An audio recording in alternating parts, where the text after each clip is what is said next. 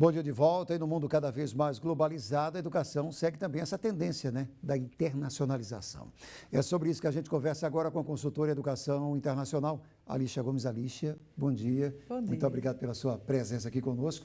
Queria que você começasse explicando para a gente o que é exatamente isso, essa internacionalização da educação. Obrigada pela oportunidade de estar aqui.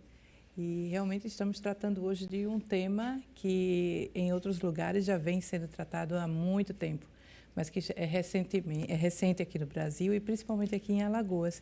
E essa internacionalização, na verdade, ela vem para poder permitir que os nacionais possam ter contato com culturas diferentes, com formas de pesquisas diferentes, com divulgação de conteúdos de pesquisas diferentes.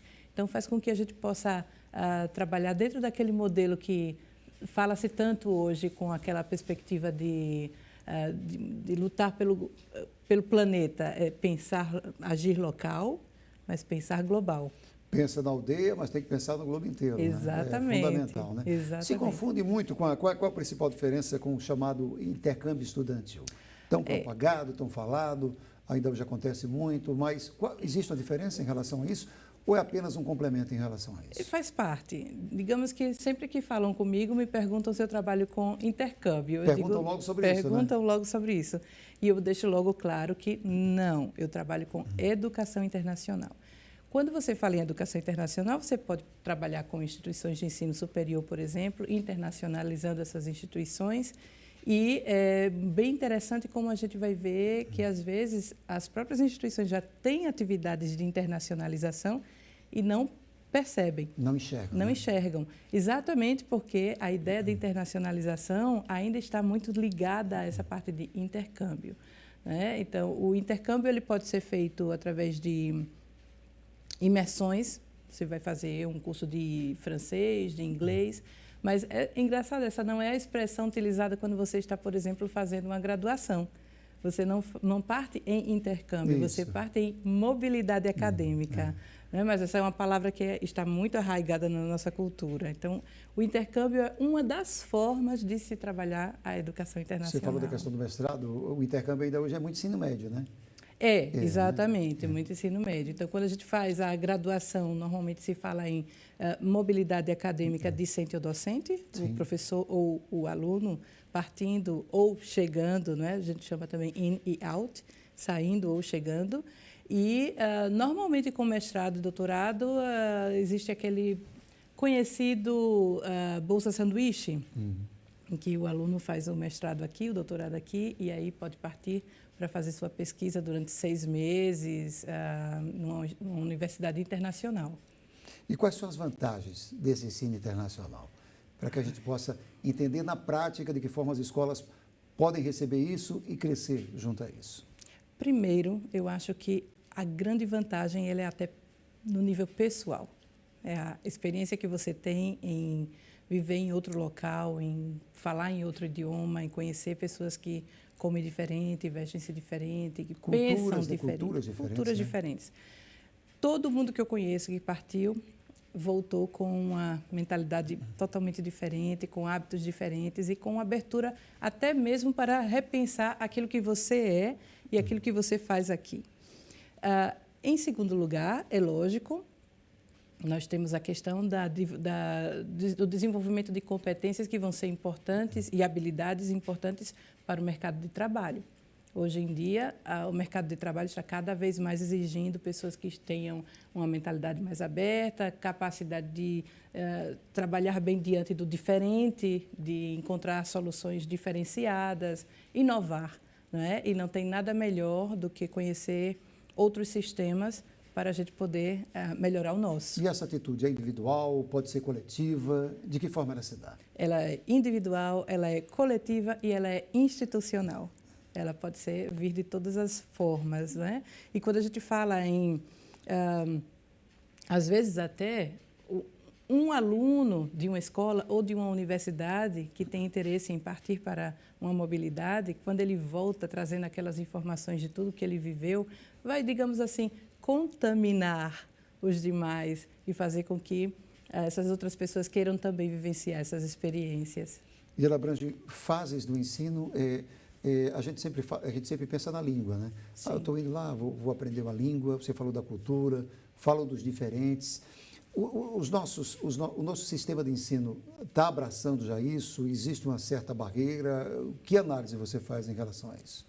O sistema já está abraçando. Nós temos situações de instituições de ensino médio, de ensino superior, aqui mesmo em Alagoas, que já tem um trabalho na internacionalização. Nós temos também muita procura individualizada, mas as instituições já estão avançando em relação a isso.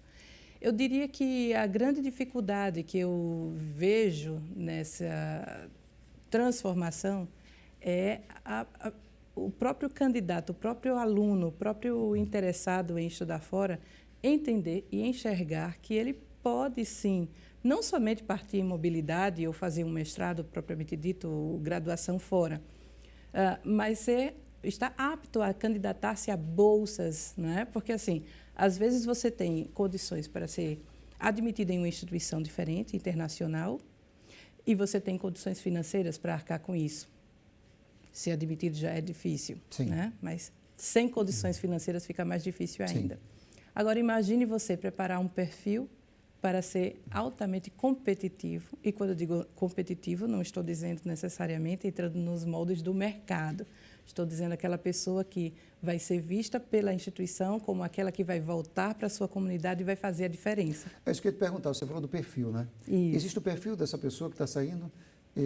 Não é todo mundo que vai sair.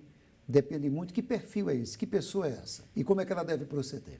Primeiro é aquela pessoa que tem coragem de enfrentar o diferente. Não é? Aquele que está querendo manter na zona de conforto não vai nunca se colocar numa situação de aventura. Não é? E segundo, é aquela pessoa que tem interesse em buscar as informações. Porque não vai chegar uma bolsa, uma oportunidade, não vai necessariamente chegar na sua mão, bater na sua porta e dizer, olha aqui, uma bolsa para você ir para o exterior.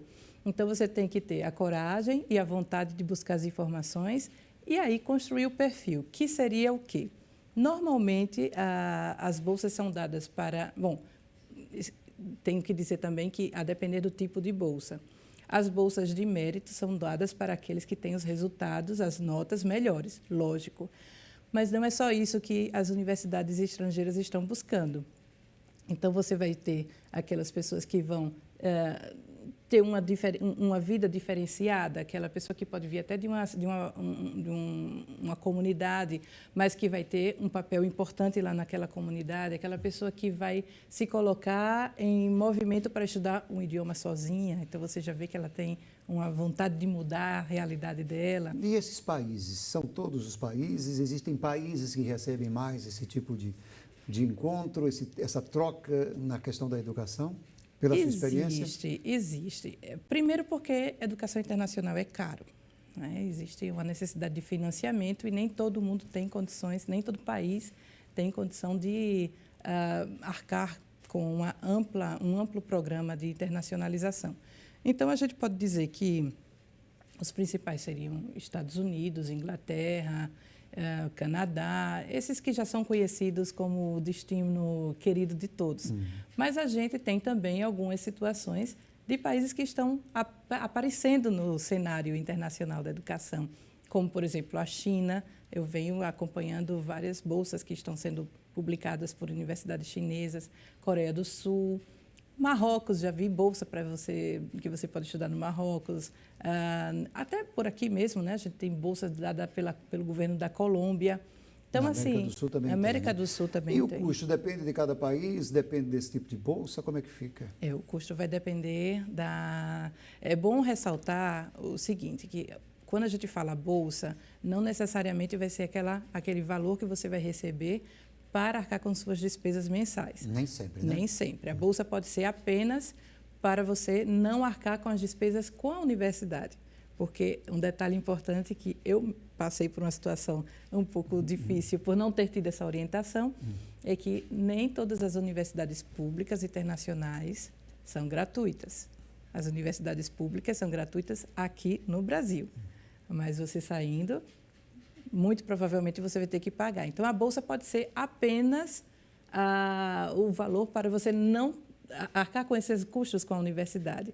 Então, quando você consegue uma bolsa completa, é lógico que você facilita a sua vida, né? Muito legal, né? Agora, sim, é importante, eu acho que de toda essa história que você citou, eu achei muito legal essa questão não só pela língua, mas pela cultura, Sim. de conhecer o diferente, né? Sim. Você volta com outra bagagem, com outra instrução e trazendo algo que possa acrescentar para a gente aqui. Isso, né? Isso é que é importante, né? Exatamente. E fazer, eu acho que essa é a principal mudança que a gente faz quando a gente tem uma experiência acadêmica internacional, né? Conhecer o diferente e voltar e se perguntar por que eu faço assim, por que eu sou assim. E, portanto, aí é importante a orientação correta, né? De um profissional que saiba exatamente isso, né? Exatamente. E a gente quer agradecer a sua presença aqui no Bom Dia. Muito obrigado. Eu que agradeço. Muito obrigado.